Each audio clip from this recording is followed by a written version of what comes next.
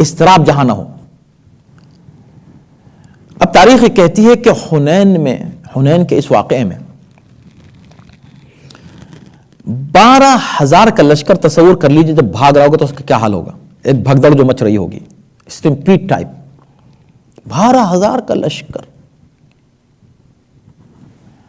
اچھا تو 12,000 میں ہو سکتا ہے 100 بھاگ گئے ہوں گے, 200 بھاگ گئے ہوں گے, نہیں تو پھر 1000 بھاگ گئے ہوں گے, جی نہیں, تو کتنے 5,000, تو 10 سب بھاگ گئے, سب بھاگ گئے. 10 یا 12 افراد ٹھہرے رہے. 1000 میں سے ایک بھی نہیں رکا. یعنی پرسنٹیج میں اگر آپ جائیں تو 1 in 1000 لوگ رکے. اور کون تھے؟ سب بنی ہاشم, سب بنی ہاشم اور ان کے سردار امیر المؤمنین. خیر یہ عجیب بات ہے, کیا علی کبھی جنگ سے بھاگے؟ دکھاؤ. اور جو علی کے مقابلے پر لائے جاتے ہیں کیا وہ کبھی جنگ میں ٹھہرے؟ دکھاؤ. کیا مسئلہ ہے؟ نہیں, کہاں کنفیوژن ہے میرے بھائی؟ کہاں آپ حیران و پریشان, کہاں آپ کنفیوز ہیں؟ آپ کی کیا ذمہ داری نہیں ہے کہ دیکھنا کہ قرآن کس کے بارے میں کیا کہہ رہا ہے؟ حضرت علی ٹھہرے رہے تنہا. اکثر مواقع پر جب لوگ بھاگے ہیں نا تو آپ کو ہر جنگ میں ہی ملے گا کہ جنگ کے لڑنے والوں میں امیر المومنین ہے. اور اسی لیے ہمیشہ پرچم اسلام پیغمبر اسلام نے کس کے حوالے کیا ہے؟ حضرت علی کے. تو حنین میں بھی پرچم حضرت علی کے ہاتھ پہ تھا. اس کو ذہن میں رکھیے کہ پرچم ہاتھ میں ہونے کے بعد جنگ کرنا اور مشکل ہوتی ہے. اگر پرچم نہ ہو تو بس جنگ کرتے چلے جا رہے ہیں, لیکن پرچم بھی ہے اور جنگ بھی ہے. پرچم کو بھی سنبھالنا ہے اور جنگ بھی کرنی ہے. تو یہ کسی ایسے کو پرچم دیا جاتا ہے جو اس قابل ہو کہ پرچم کو روکے رکھے. پرچم جھکا تو یہ شکست کی علامت ہوتی ہے. امیر المؤمنین ہمیشہ علم بردار لشکر رہے. تو امیر المؤمنین کے بارے میں رسول اللہ جانتے تھے کہ بھئی ہر ایک بھاگ سکتا ہے, حالات میں علی نہیں بھاگیں گے, لہٰذا پرچم علی کے ہاتھ میں آئے گا. اور جہاں نہیں تھا علی کے ہاتھ میں خیبر میں, وہ آپ نے دیکھ لیا کہ کیا ہوا. بھاگتے رہے جب تک علی کو پرچم ہاتھ میں نہیں دیا اس وقت تک فتح نصیب نہیں ہوئی. علی کے بغیر کبھی فتح نصیب ہوئی ہے مسلمانوں کو؟ یہاں پر بھی علی اور چند, وہ بھی سب بنی ہاشم کے, ایک دو نام کچھ اور لیے گئے ہیں. کچھ روایتیں مل جاتی ہیں بعد میں. اب ظاہر سی بات ہے کہ اب کیا کہا جائے, لکھنے والے کون, بیان کرنے والے کون. حضرت علی کے فضائل جتنے آج مل گئے نا, یہ معجزہ ہے, خود معجزہ ہے. آپ علی کا کوئی معجزہ بیان کریں یا نہ کریں, آپ علی کا کوئی معجزہ مانیں یا نہ مانیں, یہ معجزہ تو آپ کے سر چڑھ کے بولے گا کہ علی, ان کے دشمن ان کے فضائل چھپا رہے تھے دشمنی میں, دوست چھپا رہے تھے خوف کی بنا پر.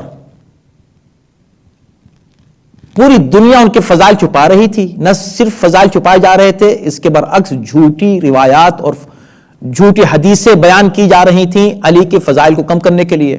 علی کی جتنی فضیلتیں تھیں, جھوٹی روایات پیش کی جا رہی تھیں ان فضیلتوں کو دوسروں کے ساتھ چسپاں کرنے کے لیے.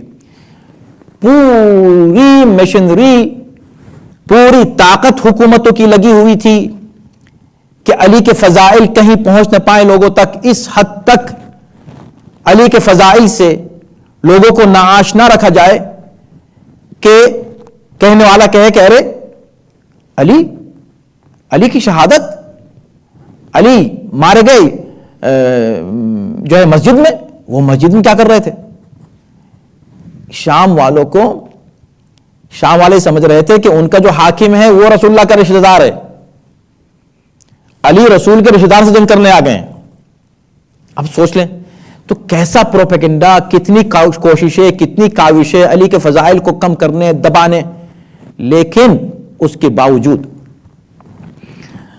آج علی سے زیادہ کسی کے فضائل نہیں ہیں.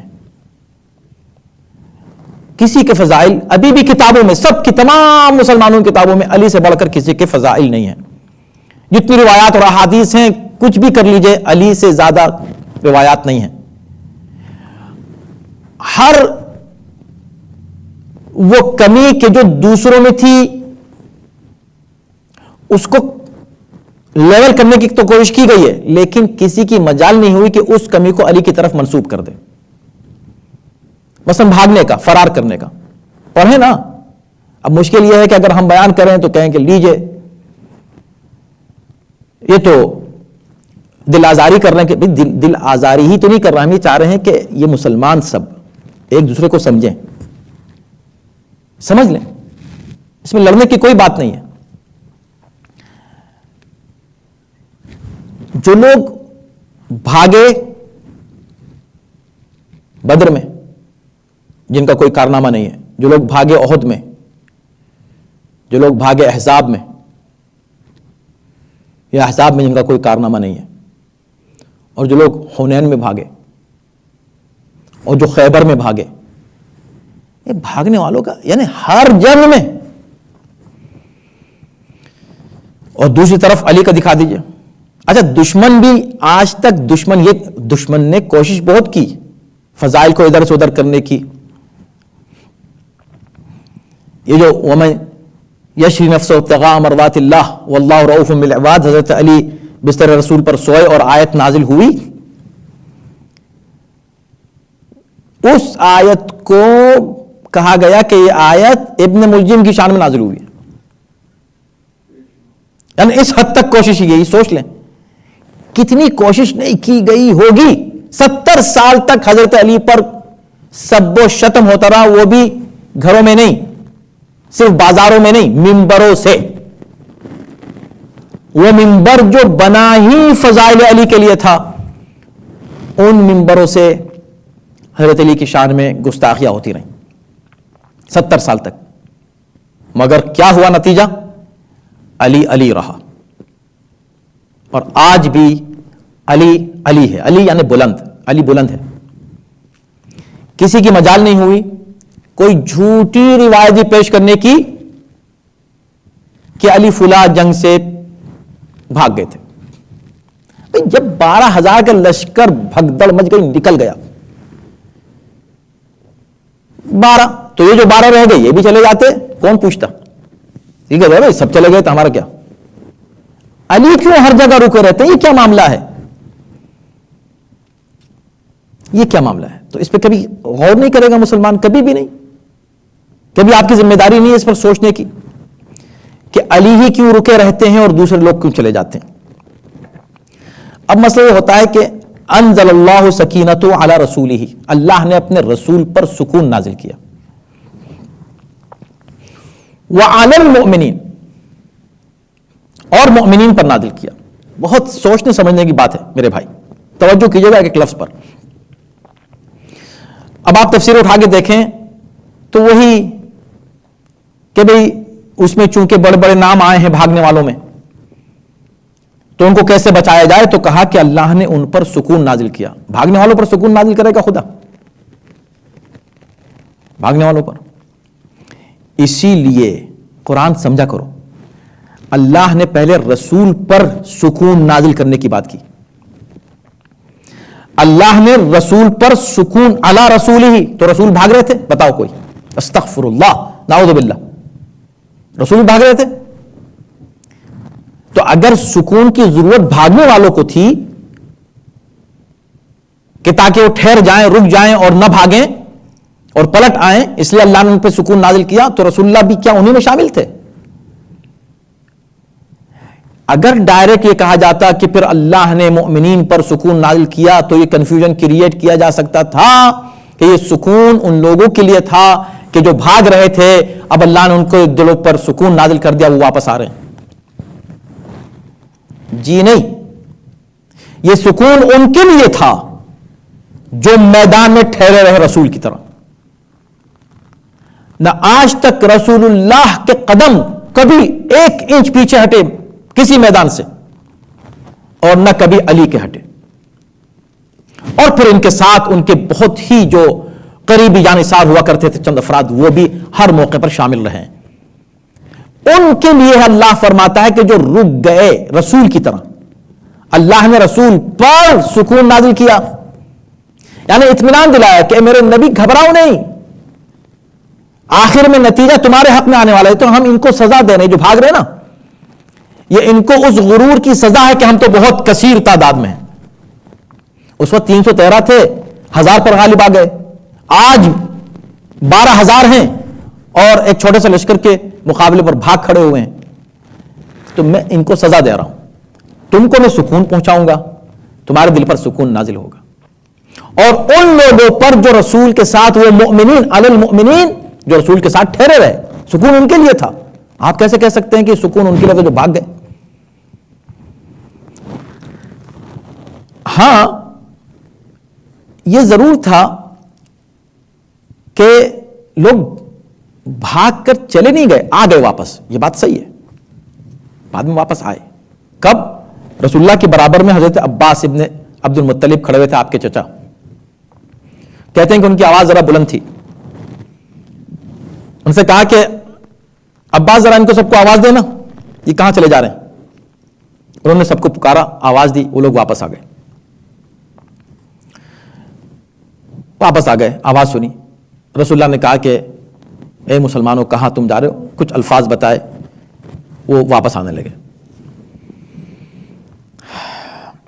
اب جب واپس آ گئے تو ظاہر ہے کہ جنگ کا نقشہ پلٹ گیا. آخر میں نتیجہ یہی ہوا کہ حضرت علی کی شجاعت اور ان کی برکت سے مسلمانوں کو فتح نصیب ہوئی.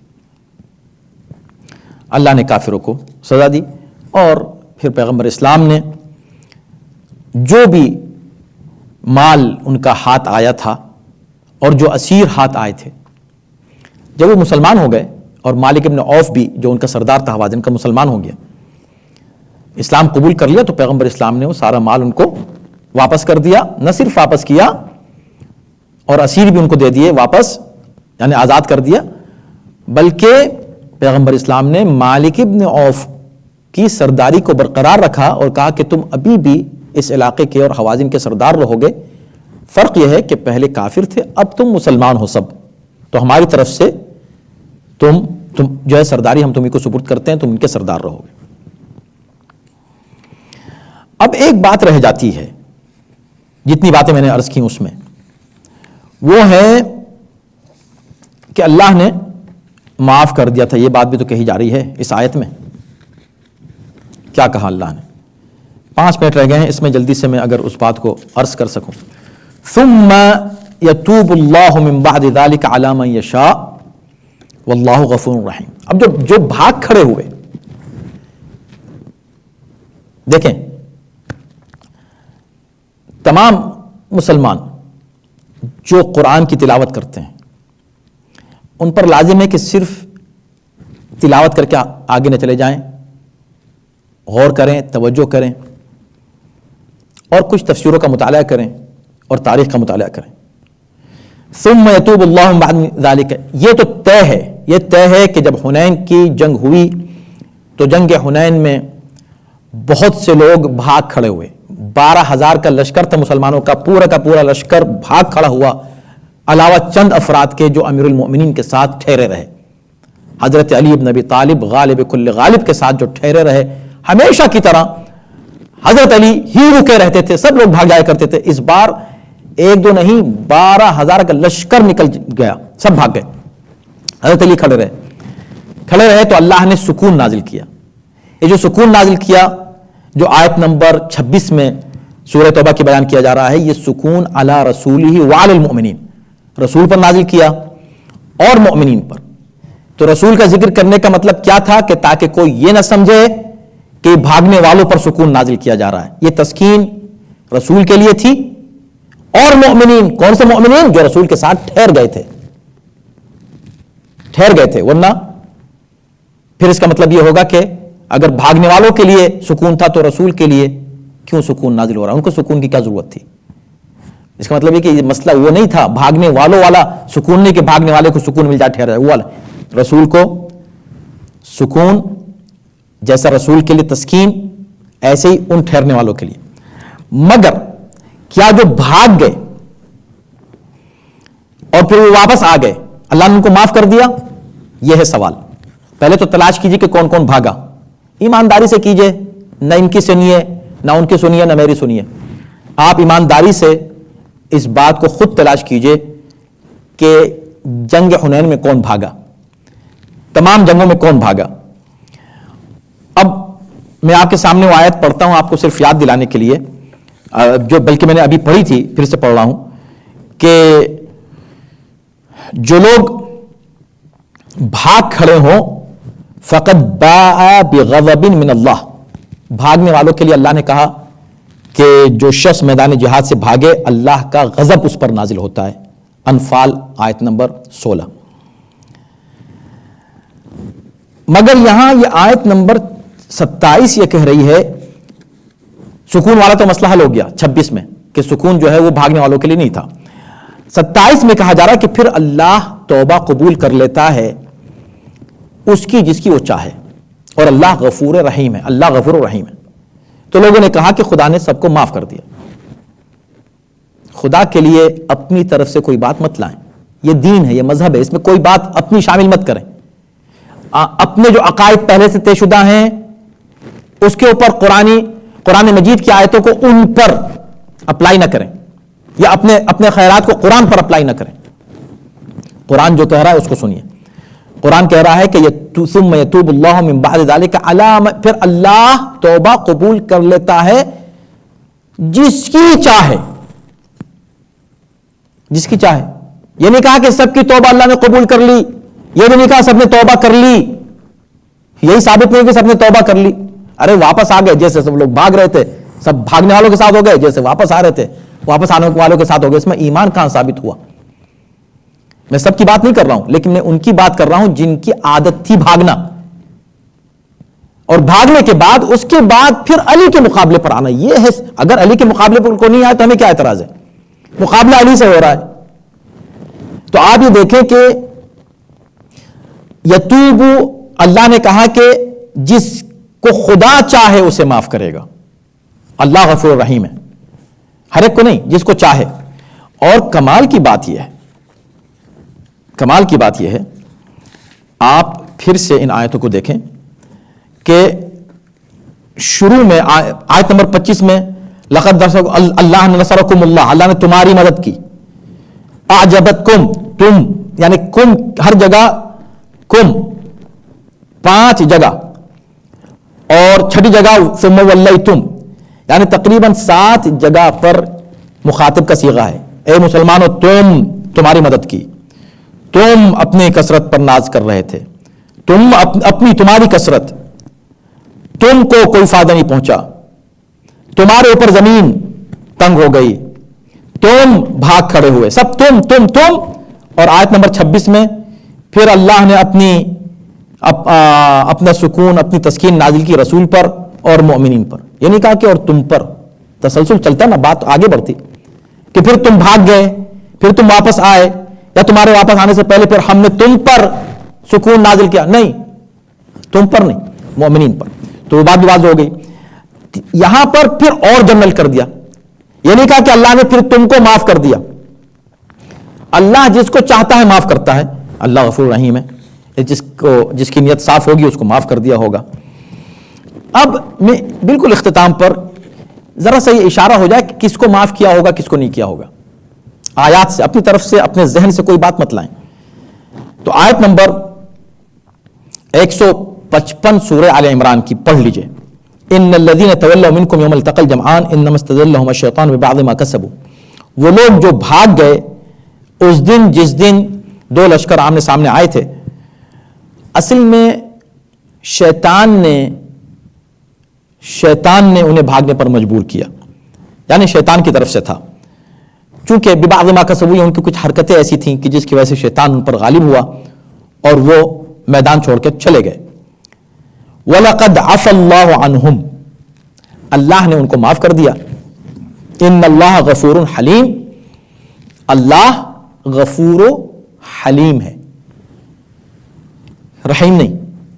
یہاں پر ہے غفور و رحیم ہے, مگر من یشاء, جس کو چاہے معاف کر دے, اللہ غفور و رحیم ہے. لیکن جہاں کہا کہ پھر اللہ نے تم کو معاف کیا, خطاب کیا بھاگنے والوں سے. توجہ کیجئے میرے بھائی, یہ قرآن ہے. جہاں بھاگنے والوں سے خطاب کیا وہاں غفور حلیم استعمال کیا. جہاں جنرل کہا کہ اللہ جس کی چاہے توبہ قبول کر لے, وہاں غفور رحیم کہا. کیا فرق ہے دونوں؟ رحیم اور حلیم میں فرق ہے. رحیم رحمت کی بنا پر جب معاف کر دے تو پھر اس کے بعد کوئی پروسیس نہیں ہے, یعنی بس گویا کہ آپ کے صحیفے سے وہ گناہ کٹ گیا, مٹ گیا, ہٹ گیا, ختم ہو گیا. نو باسپرس, کوئی یعنی کسی طرح کی کوئی باسپرس اس کے بعد نہیں ہوگی, نو کوسچننگ. لیکن اگر کہا غفور حلیم, حلیم کہتے ہیں سزا کے ٹالنے کو, سزا کو ٹالنے والا حلیم کہلاتا ہے. یعنی کسی کی زیادتی پر ایک دم خاموش ہو جائے اور فوراً ریئیکشن ظاہر نہ کرے, اس کو حلیم کہتے ہیں. حلم اسی کا نام ہے. حلم یعنی کہ آپ کو فوراً غصہ نہیں آئے, آپ فوراً ریئیکشن ظاہر نہ کریں, آپ فوراً کسی دشمن کو, مخالف کو سزا نہیں دیں, برداشت کر لیں. برداشت کرنے کو حلم کہتے ہیں. ان اللہ غفور حلیم, اللہ بخشتا ہے حلم کے ساتھ. حلم یعنی کہ ابھی بخش دیا, لیکن اگر بعد میں پھر حرکت کی تو پھر اللہ اس وقت حلیم بھی نہیں ہوگا تمہارے لیے. ابھی تو حلیم ہے, یعنی ایک موقع تم کو دے دے کہ ٹھیک ہے اب بھاگ کھڑے ہوئے, لیکن ایسا نہیں کہ تم کو بالکل ہی معاف کر دیا. ایک موقع دیا ہے, آئندہ ایسا مت کرنا. میں اکثر مثال دیتا ہوں, جیسے یہاں ٹکٹ ملتا ہے نا, ٹکٹ دیا تو اس کے بعد اگر آپ کو کورٹ سپرویژن ملتا ہے اور ایک عرصے تک آپ پھر دوبارہ وہی وائلنس نہیں کرتے تو آپ کا ٹکٹ ختم ہو جائے گا, آپ کے ریکارڈ میں نہیں آئے گا. لیکن اگر آپ نے پھر کوئی ایسا عمل انجام دیا کہ جو خلاف قانون ہے, تو پھر وہ بھی واپس آئے گا ٹکٹ, اور یہ بھی نیا آپ کے ریکارڈ میں آ جائے گا. اسی طرح یہاں پر ہے. تو خدا نے کہا کہ اللہ غفور و حلیم. اب ہم یہ دیکھنا چاہتے ہیں کہ یہ بدر و خیبر و خندق میں اور احد میں جو لوگ بھاگے, اگر وہ آج اس آخری موقع پر حنین میں بھی بھاگ کھڑے ہوئے تو ان کے لیے رحمت پروردگار ہرگز نہیں ہے. اس دھوکے میں مت رہیے گا, نہ کسی کو دھوکہ دیجیے گا کہ خدا نے ان کو معاف کر دیا. وہاں جو معاف کرنے کی بات کی, خطاب کر کے اے مسلمانوں میں نے تم کو معاف کر دیا غفور و حلیم, حلم کی بنا پر, یعنی تم کو ایک اور موقع دیا جا رہا ہے. لیکن اگر پھر تم بھاگ نکلے تو تم عذاب کا شکار ہو گئے. اور یہی بات یہاں پر آیت نمبر 26 میں کہی گئی ہے کہ اللہ نے اس کے بعد جو ہے وہ گویا کہ سزا بھی دی ہے. اور اللہ اسی طرح سزا دیا کرتا ہے. وہ کافروں کو بھی سزا ہے اور جو بھاگ رہے ہیں ان کو بھی سزا ہے, دونوں کے لیے سزا ہے. لیکن جو واقعی عمدن نہیں بھاگے یا ان کی عادت بھاگنا نہیں ہے اور کسی وجہ سے بس وہ اس کیفیت کا شکار ہو گئے جو اس وقت ہو گئی تھی, تو خدا جس کو چاہے, اب یہ خدا کی مرضی ہے کہ خدا دیکھے دل میں کہ کس کو معاف کر دے. لیکن جن کے بارے میں ہمیں پتا ہے کہ بار بار بھاگتے رہے ہیں, ان کے لیے مت کہیے کہ اللہ نے ان کو بھی معاف کر دیا. ایسا کوئی ثبوت یہاں نہیں ہے کہ اللہ نے ان کو معاف کر دیا, قطعا نہیں ہے. نہ کوئی ثابت کر سکتا ہے, نہ عقل سے اور نہ ہی نقل سے, نہ قرآن سے, نہ حدیث سے, نہ روایت سے, نہ کسی جو ہے گویا کہ تاریخ کے حقیقت سے. پروردگار انشاءاللہ ہمارے علم و معرفت میں اضافہ فرمائے, اور ہم ہمیشہ یہ سمجھیں کہ ٹھیک ہے ہم پرانی باتیں کر رہے ہیں, اگر ہم ہوتے وہاں تو کیا کرتے؟ ہم رکتے علی کے ساتھ یا ہم بھاگنے والوں کے ساتھ؟ یہ مسئلہ ہے. یہ سبق ہم سیکھیں اور اپنے ایمان کو اتنا مضبوط کریں اور علی سے خود کو اتنا اٹیچ رکھیں کہ ہم کبھی بھی دین کے معاملے میں ایسی کوئی حرکت نہ کریں جو خدا اور رسول کے لیے ناراضگی کا سبب بنے. اور یہ جب ہی ہو سکتا ہے جب آپ علی کے ساتھ رہیں, بھاگنے والوں کے ساتھ نہیں. صلوات بر محمد و آل محمد. اللہم صلی علی محمد و آل